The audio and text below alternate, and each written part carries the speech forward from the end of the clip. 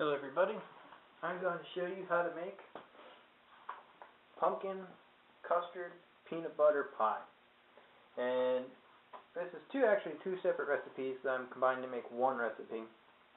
And if you wanted, you could just make the peanut butter pie, or you could just make the pumpkin custard pie. It's very easy. You're going to need 16 ounces of pumpkin out of a can, or you can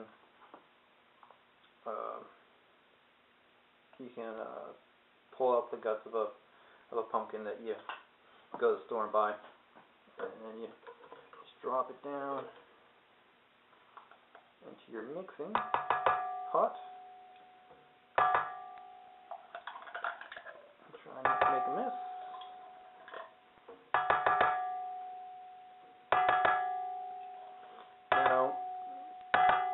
I used to cook in restaurants at one point in time, and before that I used to cook at home, and I cook for my kids every time I get my kids. I don't take them out to eat unless it's for their birthday or my family goes out to eat, and that's the only time I really will take them. Most of the time I don't take them for those type of things unless it's something kind of special. So we got that in there now. You need 2 egg whites. I'm using large eggs. I already separated the yolk from the white. It's very easy. Basically, you crack open your egg and you keep one shell facing this way and the other here, and you slowly lift over a container, preferably. And you just keep moving the yolk back and forth between the two, and you don't move them very far from each other. And the white will actually pour out. It takes a little bit of time, not that much, and it's easy to do, so I'm not going to demonstrate exactly how to do it. So, other than 2 egg whites, you need 4 whole eggs.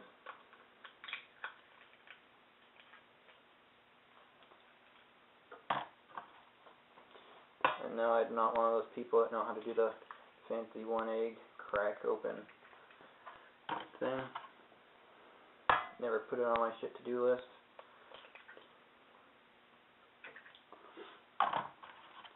And growing up as a kid, I've learned a lot about cooking, because if I didn't, I would have starved to death probably in this house,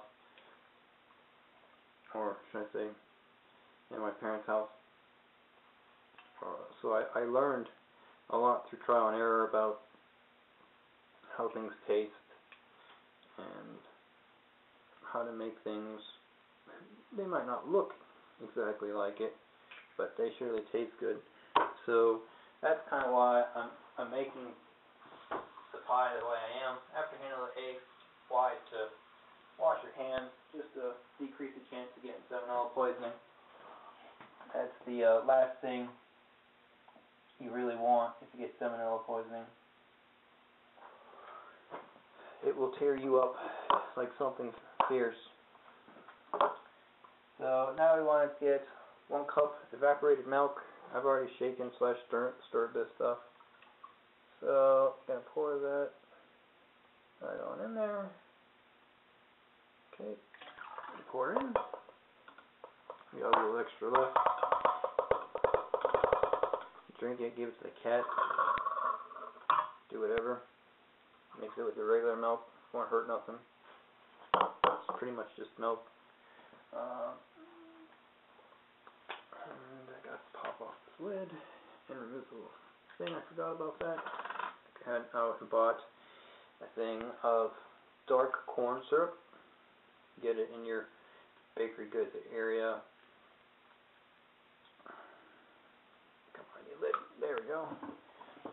And you're going to need to use 1 cup of this as well.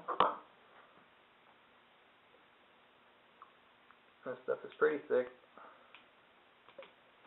kind of like maple syrup.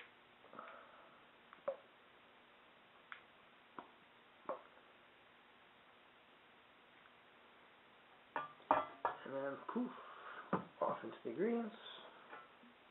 I should have kept the spatula out. Oh well.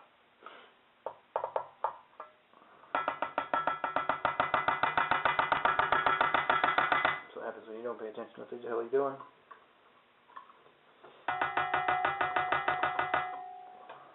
So, scoop out the cup, get all that sugary goodness in there.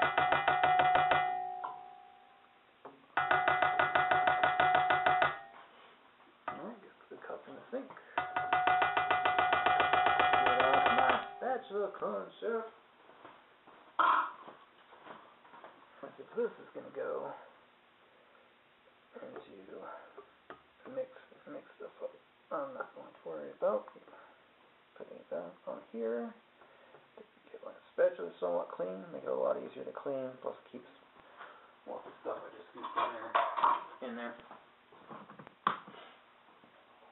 So now we add salt, cinnamon, nutmeg, and ginger. And I don't have a full teaspoon, I have half a teaspoon. So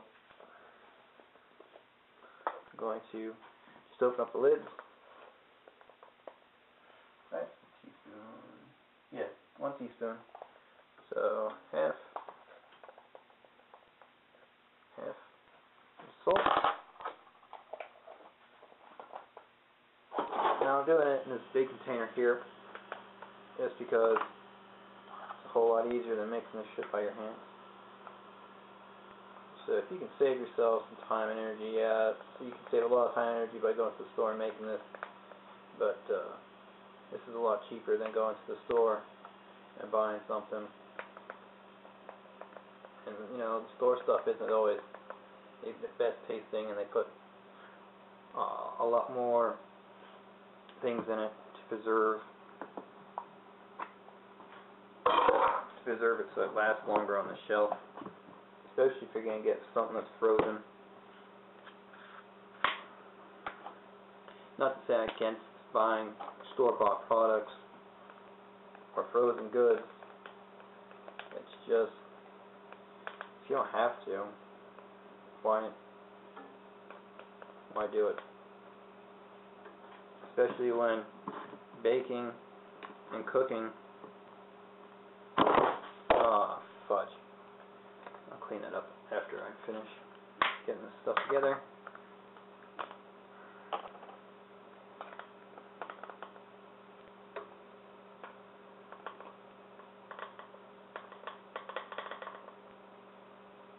So add all our ingredients, lock this in place, mix it up for a few minutes until it's all nice and mixed.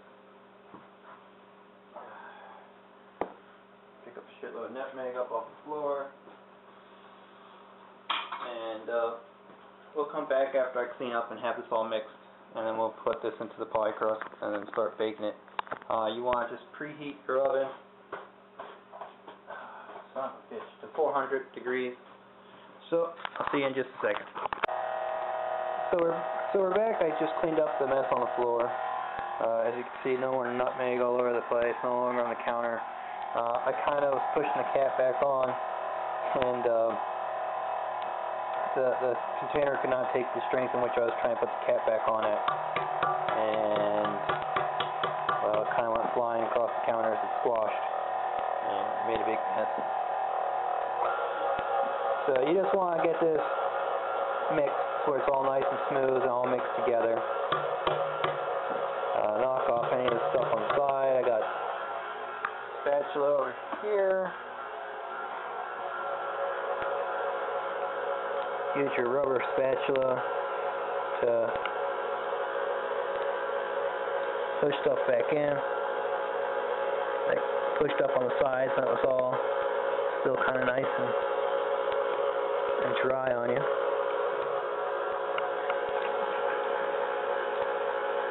Get it all nice and in there. And as you can see, it's starting to become very uniform look, very smooth.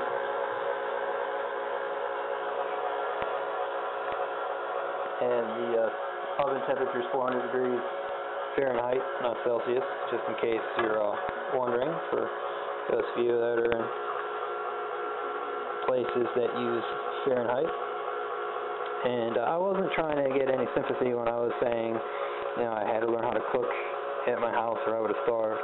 It's just one of those facts when your parents both work and you're home by yourself, you learn how to cook or you starve. But it made me a better person, I'll tell you that much. I learned how to fend for myself, how to cook, and how to make things out of nothing, which not a lot of people can say that they have that ability. I'm going to put my rubber spatula in the back of the sink. So I'm just going to let this stir up a little bit more. We'll go down one temp. It's going to sputter. And what we're going to do is we're going to put it in these graham crusts, and then we're going to bake it for basically about an hour, or until you stick a knife in the center and it comes out clean. It says 9-inch pie crusts. I couldn't find anything that said how big these things were. These are probably bigger than 9-inch. Not a big deal. Just bake them at 30 minutes and then just check it with a toothpick. And so now this is smooth, it's running nicely, it's consistent, it's all the same thing. So we're going to back it off. This is your custard mix right here, pumpkin custard. Real simple, real easy. Pour these in. I'm doing 2 pies. So I'm doing, because this is supposed to make 1 full pie, so I'm going to do 2 pies, half and half, bake and test.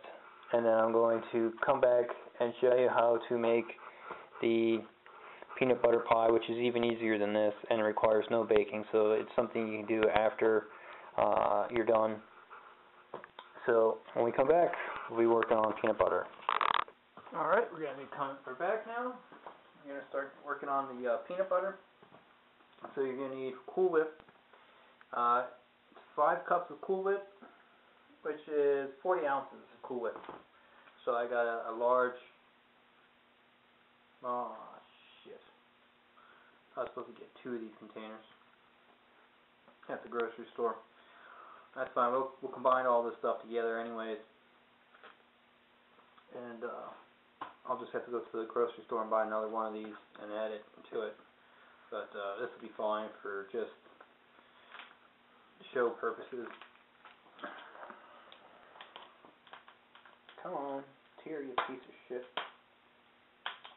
There we go.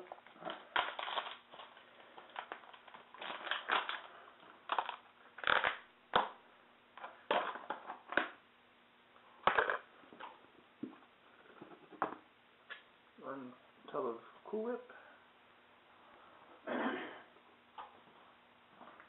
So you're going to want to do this in a very large bowl. Once again with the rubber spatula.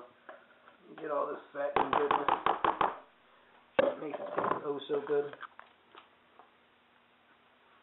Gotta check on my eyes here in just a second. Pop that down there.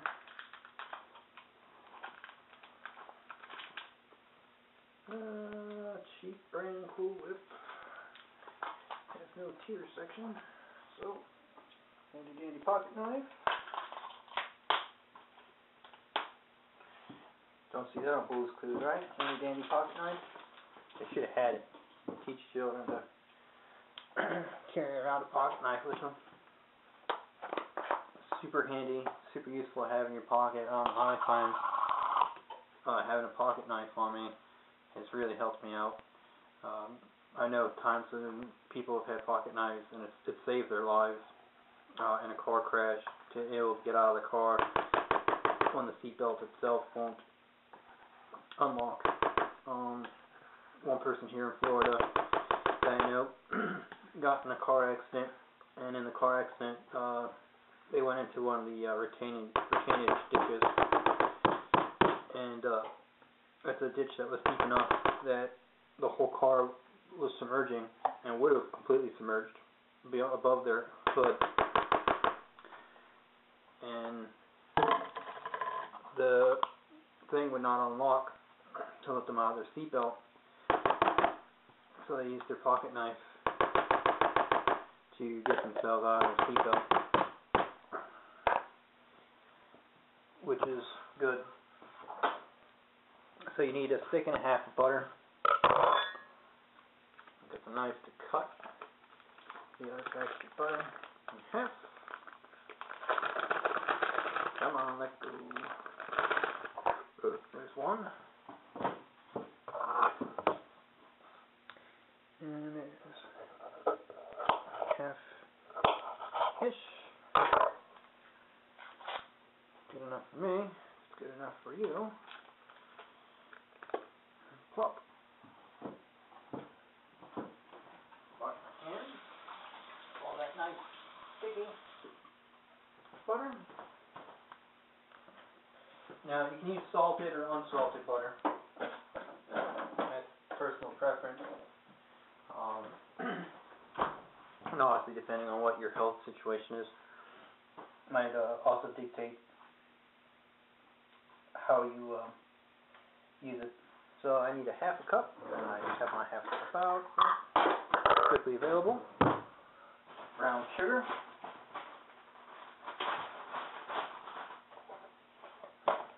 Store my brown sugar in big Ziploc bags.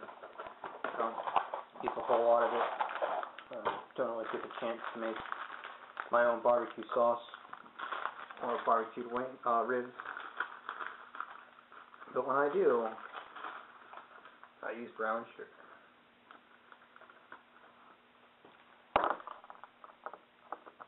Almost sounds like that beer commercial, huh? When I do drink, I drink Dos Equis. What a horrible commercial. But people are intrigued by that commercial, oddly enough. Now I'm getting some of the sugar into the bowl with the thing. That's called the first of the bag. It's not going to make a huge difference. I'm not diabetic, so I'm not worried about it.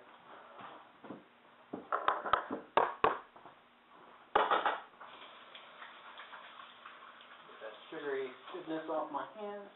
So now I got some extra bag of brown sugar for some other time. Just put it out of the way over here. Box over here, it'll go to the recycling bin. Alright, next part you need is, 3/4 cups peanut butter. So I don't need the 1 cup. That was the other recipe. So 1/4. So let me wash off this knife. So what you want to do is scoop yourself up some peanut butter on your knife. Push it in. Keep doing that until you can't push peanut butter in there anymore. And then you got a full cup.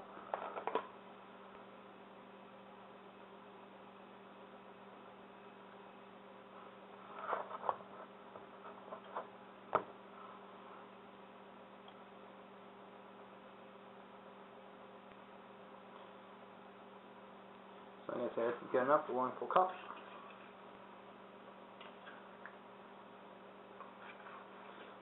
Set it out.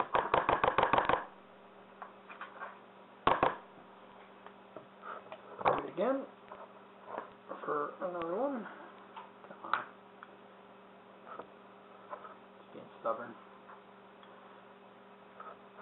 And it's more than half of the jar already gone. So you gotta kind of scoop down in there pretty good to get it. It's probably the hardest part of doing this whole entire pie. Now this pie filling here, as you can see, is mostly Cool Whip with some basic ingredients. So this is basically like a pie topping anyways, you know. Cool Whipping is Cool Whip is I had a piece of peanut butter fly off, and I have no idea where it went. Oh well. Too bad I don't have a dog.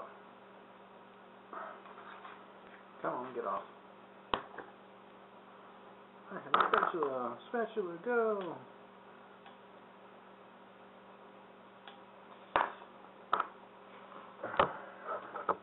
So yeah, Cool Whip is an American go-to for topping for desserts.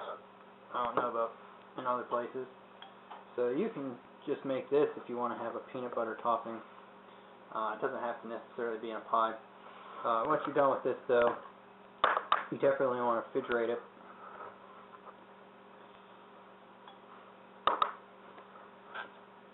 Now, I actually like this better, this pie filling here.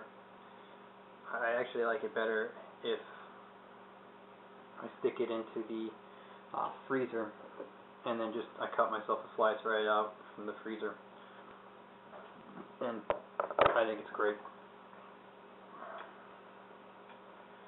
So, I'm gonna knock off the excess off of here. Get a lid in a few moments.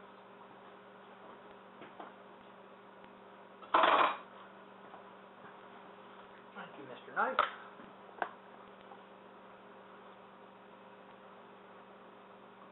Scoop out peanut butter with a spatula.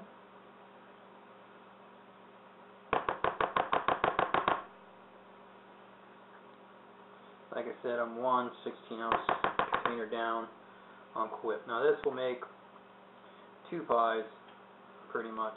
So that's why I have fair pie crust.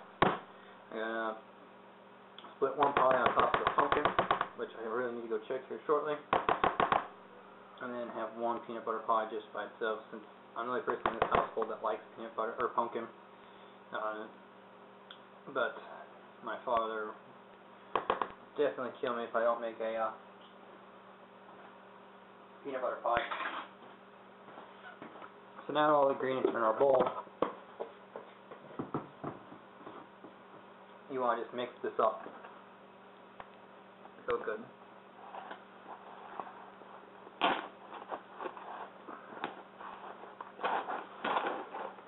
So it's all mixed together. I'll just start doing this, even though I still need to go to the store and buy more. And you're going to put it on top of the pie, which we'll show later. But if you make this by itself, you can dress it up with chocolate chips, or take some Hershey's chocolate syrup or cocoa powder, and you can put that on the top to make it look nice with like a mint spray or something. To really dress it up, make it look good. So I'm going to end the video here, check my pies, go get some more Cool Whip, and when we come back, it won't be for a while, because the pies need to finish and they need cool before I throw this on top, or otherwise it'll melt right on the pies and it won't be good. So when we come back. So here's the peanut butter I went in and put in this from inside the big bowl. Basically just let it whip up until it's completely and utterly fully mixed. The Cool Whip, instead of being a white color, will pick up a very light tan color. That's just because of the peanut butter in there. Now I already tasted this. I added some more peanut butter into the actual thing to give a more peanut butter taste. So you can do that to your personal taste, but the recipe is the standard peanut butter amount. I like peanut butter, so I added a little bit more to give it a little bit more of a peanut butter kick. So the pies have come out of the oven, and this is what your pie should look like. That little slit right there is from when I stuck the knife in to make sure it came out clean. It wasn't 100% clean, so I just left these sit in the oven for about another 10-15 minutes. But I didn't have the oven on. I turned the oven off, so as the oven naturally cooled, these still sat in there and continued to cool. So they're still hot. I just pulled them out. I know with my eyes, depending on where I stand, I can see the heat still radiating out, so it's still cooking through within the center. The little burnt area here is just because when I was putting this in there, this is very liquidy at first, and it had moved around a little bit. So if you can put this on a cookie sheet, I didn't have a cookie sheet that would fit 2 pies on there. But if you had a cookie sheet that would let you, and you can stick it in your oven, put it in there so you don't have the fluids moving, so you don't get that little bit of burnt ring. But that won't hurt anything. So next time we come back, we'll have the finished product. These will be cooled, and I'll put the Cool Whip peanut butter pie filling topping on top, and I'll dress it up a little bit with some chocolate syrup. Let me know what you guys think of this video. If it's, if there's enough want, I'll be able to make. Not be able to. I can definitely do it. More food cooking tips videos. simple stuff that you can make, stuff from ranging, you pull it out of the box, you cook it, and add these things to it to make a nice meal, to things like this where you're pretty much making the majority of the stuff from scratch and putting together. I make a really good stuffed chicken parm that I can show. I also have other dessert things that are old family recipes that come back from Italy that I can do. One of them is a ricotta cheese pie, and it's Italian drop cookies. Cookies. They're more like cakes with or without frosting. They're both good. Without frosting, I usually just put chocolate chips in them, or sometimes I just do both, chocolate chips and frosting on top. So I'll be back here in just a second. Alright, here we go. The pies are out, cooled, and the peanut butter Cool Whip topping is now in the two pies that I'll have the pumpkin custard underneath. And then off here I have the fully by itself peanut butter pie. And I had a little bit of crust come up, not too big of a deal. So now we're going to go over ways to top your pie if you decide to top it.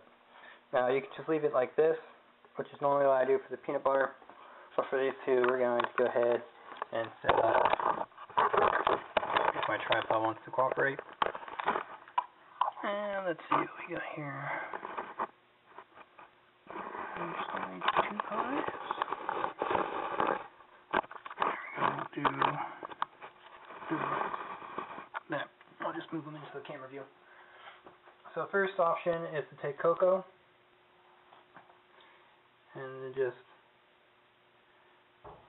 sprinkle it right on top. This is Nestle's Quick cocoa powder that you make chocolate milk out of. And that's all you really need. It's just enough to give it a little bit of color. You don't want to put so much on there that takes away from the flavor. So our next one, that's easy. We're going to take some chocolate syrup. Now you can put Cool Whip on top before you do any of this stuff too, or just put Cool Whip up on top. So we're going to just do this right here. It's going to go back and forth with a nice light drizzle.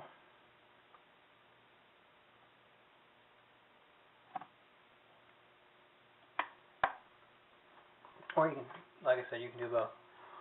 So, I hope you guys enjoyed. Like I said, let me know what you think. Like I said, I do some really good other foods that are quick, easy, and simple to do. The hardest thing I probably do make myself personally is a stuffed chicken parm, and that's not really very hard at all. I'll show you how to do it in a way that it's super easy. It takes little to no effort. It bakes up nice. It tastes good, and you'll probably never go back to a restaurant again for stuffed chicken parm after you've made it and had it. A lot of recipes I make are all by eye. I don't have any exact measurements. These I have exact measurements for. A lot of things is just by taste and feel. It's something you acquire as you've cooked. Cooking is, some people say, is an art, but it's really an art of love. You gotta love to cook, and you gotta love to cook for the people that you're cooking for. If you got those two basics down, there ain't nothing you can't cook out there. So that being said, happy WarGamer, everybody. I hope you have a good New Year's and Christmas, Hanukkah, or Ramadan, or any other holiday that you're having right now. These pies are great for holidays. These pies are also good for 4th of July, Thanksgiving, or just even a Halloween party.